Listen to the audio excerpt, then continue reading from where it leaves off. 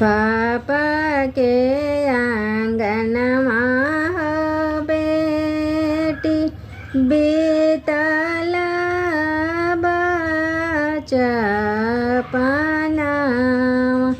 अरे पापा के आंगनमा हो बेटी बीतला बचपना। अरे हंसत खेलता हो बेटी होई गइलो से आनाम।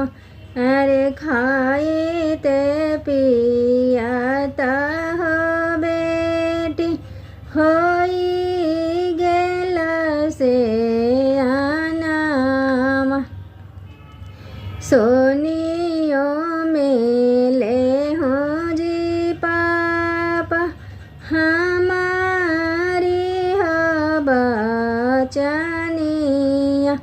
अरे भैया के तो रखला जी पापा अपने हो महलिया।